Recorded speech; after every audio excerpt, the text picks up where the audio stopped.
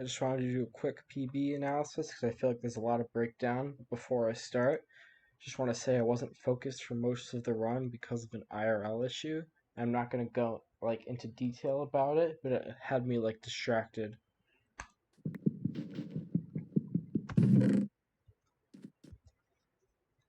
Okay, so starting the run. Pretty standard map list. Know it's right here. Got a little bit distracted by that light to the right, so I went and looked at it, but nothing too major. Amazing buried treasure, all the resources I could need, and a diamond pick, and flint, so you can make a flint and steel right now.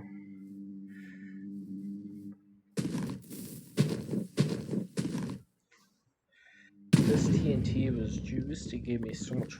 It gave me, I think, 15 logs, all the beds I could ever need, and I got an apple out of that, and plenty of dirt, so that's everything I could ask for in the overworld.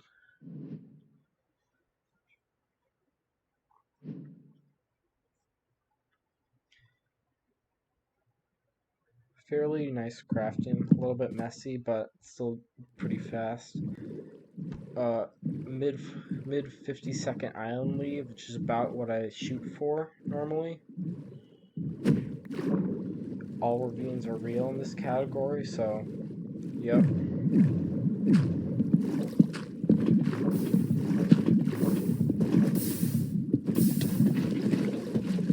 Pretty good 2x1. Got a little bit confused because I normally don't have my flint and steel in the 6 slot. And spawning in a stables bastion. And I really wasn't paying attention. So this is why right here I ended up pausing a little bit. It lagged some and crafting a helmet. I failed to craft the helmet and then threw a gold at that guy. He hit me twice. Just because I wanted to play it safe this run. See, saw the fort right back here. Right there, if you could see it. And now I'm just going over here. Now I thought about grabbing that chest, but I didn't grab it because I really like gap stables. There's a specific kind of gap stables you can do over on the left side that will allow you to overlap grabbing the chests while trading when mining through. There's some really cool tech you can do with stables. I feel like more people should learn. Check to see if it's a good gap, so it's not. So I'm just going to go straight up, look for a triple. I couldn't really tell from that angle. I saw a double single there, and then that's a triple, so I just go to the triple. Pretty standard eating because I saw that I got down to 2.5 right here. I didn't want to have to spend multiple foods.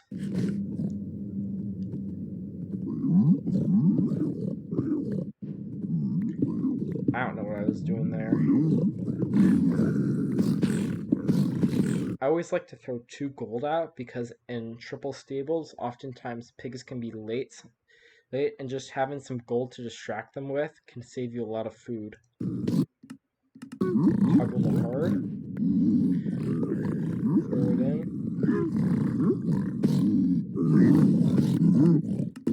Toggle back. And I heard a few more pigs, but I didn't see any after waiting a little bit, so I just left. Great chest there. Getting a lot of gold and all the obsidian, obviously. So now I gained 17 gold from there, which is great for triple stables.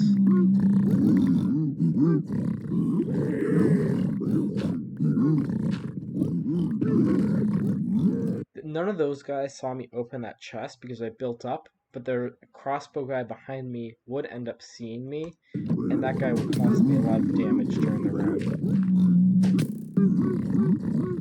I tried to throw 2 gold so he would trade both of them and de-aggro, but he won't end up de-aggroing for some reason. Maybe he only traded 1.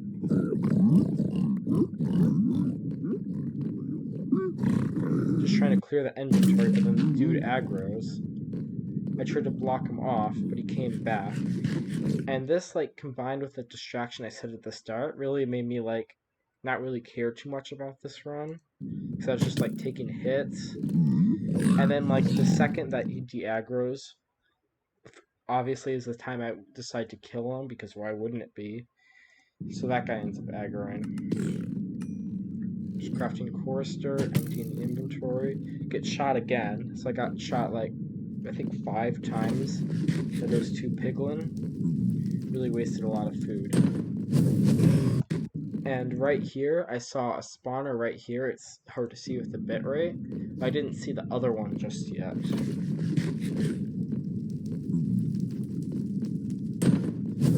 Now, I don't personally like to go to 5RD when I can like see spawners. I like to play the spawner and just like play to get good rates in high roll, because I'm resetting for sub 8 at this point and like not playing much else.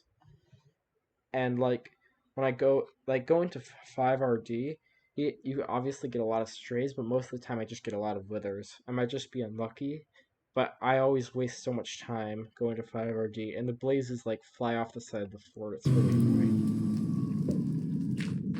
That one doesn't drop. Pearl over here.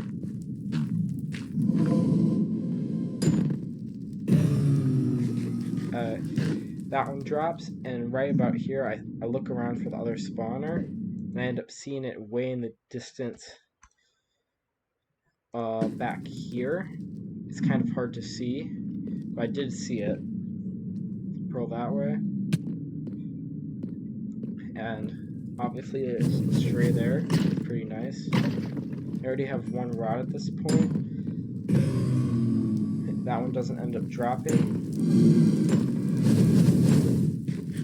And the rates in this run, for being like increased from 50 to 60%, they're not like that great. Obviously they're like good, but they're not like 6 for 6 or 6 for 7. It's like 6 for 9, I think. All the beds I'd ever need for 0. Burning the items so I don't pick them up.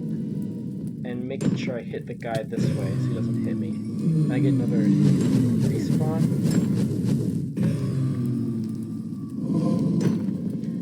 I don't know how I didn't get meleeed. Played this fight kind of bad. And I think I do have 6 rods at this point, but I just didn't realize it. Yeah.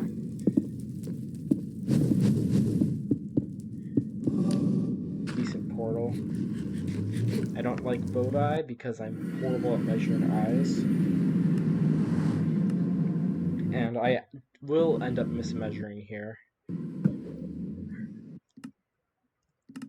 But mismeasuring will actually end up being a benefit, as you'll see.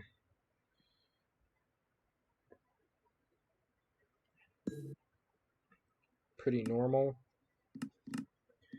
There was a 500 offset, so I got a little bit nervous, but it was only 10%, so it wasn't that likely. And the top offset was 30%, so I didn't think about if I should send it. This one was definitely mismeasured some. The top offset was 98% of 1700.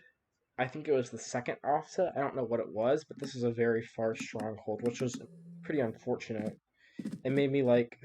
Actually, it wasn't that unfortunate because I just lost all my nerves immediately because I thought the run was dead. I mean, not dead, but like not crazy pace anymore like it just was. I thought I looked at that guy. Hey, I paused a ton because it's not like I'm gonna retime myself. I don't care about retime.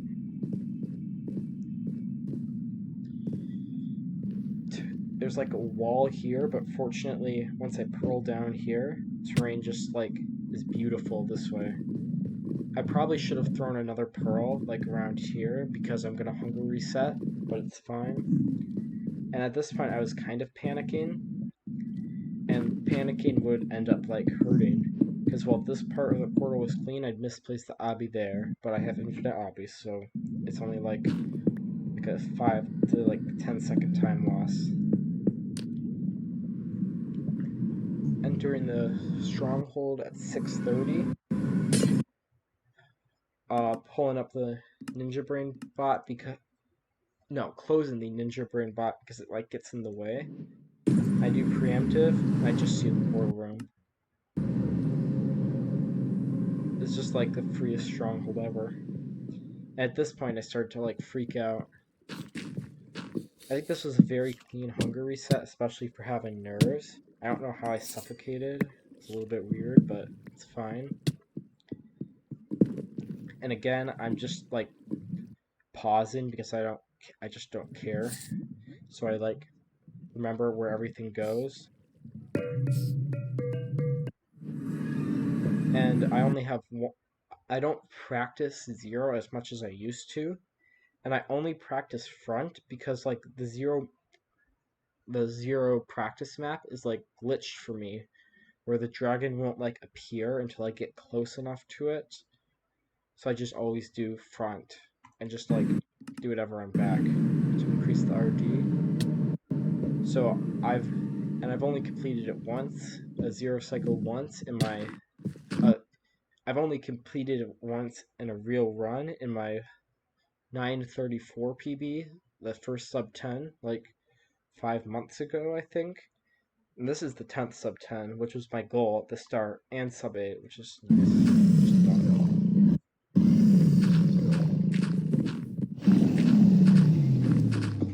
Clean zero setup. The dragon was lagging there, but I ended up getting the bed off. Not like in time, but like fine enough. I do zero on 80 because I do everything on 80, and I feel like Fake Pro just like doesn't offer enough benefits while doing zero.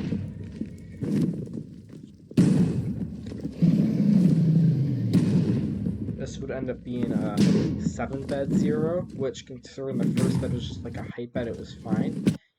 I had a heart attack there because I thought I died to fall damage. I was like freaking out, but I survived on half a heart. I don't know what I was looking around for, and I just finish. And I was so scared that it wasn't going to be a sub 8. So yeah, sub 8 right here. But I hit it in time, so it's the run.